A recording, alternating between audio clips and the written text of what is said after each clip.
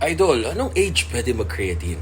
Kung ako tatanungin nyo, personally, dapat 18 para may parental supervision pa rin, mag-ask kayo sa parents nyo.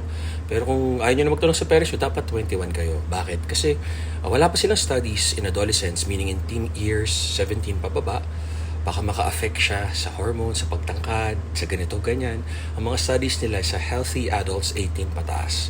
Sa healthy ka, wala kang kidney problem or wala kang kahit na anong disability or any problem, healthy ka, okay ang creatine. Yung buhok mo, hindi siya malalagas, yung kidney mo, okay siya, yung skin mo, okay siya.